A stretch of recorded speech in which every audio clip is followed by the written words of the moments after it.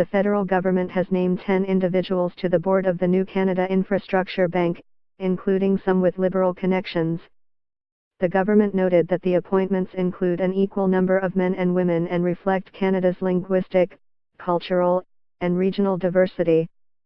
The backgrounds of board members are primarily focused in areas of large infrastructure developments and investment management, particularly public pensions.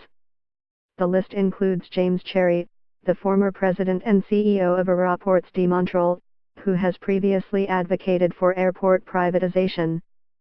Story continues below advertisement.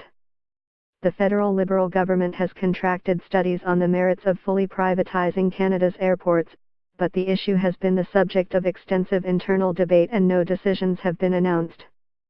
The goal of the Infrastructure Bank is to attract large institutional investors such as pension funds to partner with the federal government in building new, revenue-generating infrastructure. Pension fund executives have said they are more interested in purchasing infrastructure that has already been built such as airports but have expressed openness to working with the bank on new projects. Legislation creating the bank faced scrutiny in Parliament earlier this year over whether or not its management would have enough independence from political decision-makers. Some of the board members announced Thursday have connections to the Liberal Party. David Bronconnier, a former municipal politician who was mayor of Calgary from 2001 to 2010, ran for the federal Liberals in the 1997 federal election. He lost to the Reform Party's Rob Anders in the riding of Calgary West. Kim Baird, a former chief of BC East Tsawwassen First Nation, has previously donated to the BC Liberal Party and is currently registered to lobby the federal government including Infrastructure Canada on behalf of the Huiahd First Nation. The lobbyist registry states that part of Ms. Baird's work includes advocating for a natural gas project. The BC Liberal Party tends to attract support from both federal Liberals and Conservatives. Ms. Baird also spoke at a 2014 town hall event organized by the Vancouver East Federal Liberal Riding Association.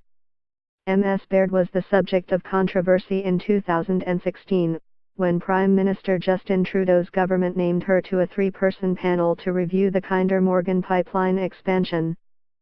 Critics said her lobbying work and past ties to Kinder Morgan Canada via an executive exchange program placed her in a conflict of interest. Story continues below advertisement. Story continues below advertisement.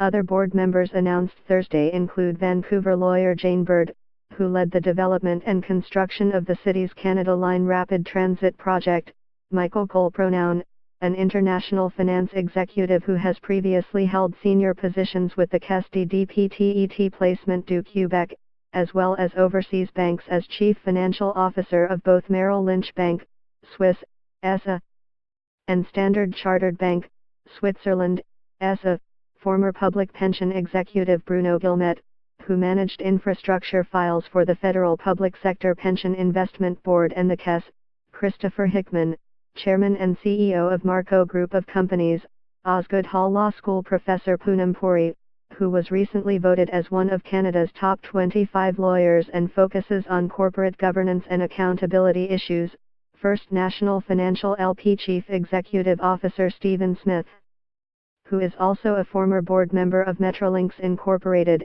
and former SASK Power President and CEO Patricia Uzwa.